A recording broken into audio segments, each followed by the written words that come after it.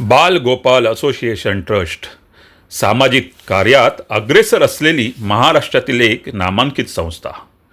या संस्थेची सुरुवात मुंबईतील अंधेरी येथील महाकालीमधील बालगोविंद नगर या चाळीतून सन 1995 झाला.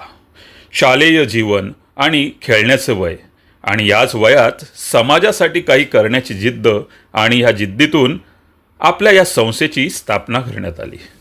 दहीहंडी, होळी, गणेश चतुर्थीमधील खाऊ वाटप, दीपावली असे बरेच सण विभागातील जनतेसोबत अतिशय उत्साहात साजरा करण्यात येतो. सोबत नृत्य स्पर्धा ही नियमितपणे विभागात सुरू करण्यात येते. आता तुम्ही म्हणाल की यात काय हो समाजकार्य? तर बालगोपाल कधीच कोणते सण समाजातील गरजू आणि उपेक्षित घटकांना सोडून साजरा करत नाही. होळीचा रंग असो वा दिवाळीचा फराळ हे कधी रस्त्याच्या कडेला असणारे गोरगरीब किंवा अनाथ आश्रममधील अनाथ मुले, वृद्धाश्रमातील आपले वडीलधारी माणसे असो अथवा समाजातील दुर्लक्षित तृतीयपंथ असो, यांच्यासोबत नियमित साजरा करत आले आहेत. अजूनही समाजातून दुर्लक्षित असलेल्या आपल्या आदिवासी समाजासाठी गृहोपयोगी आणि शालेय उपयोगी वस्तूंचं वाटपही बालगोपाल संस्था दरवर्षी न विसरता करत आली आहे.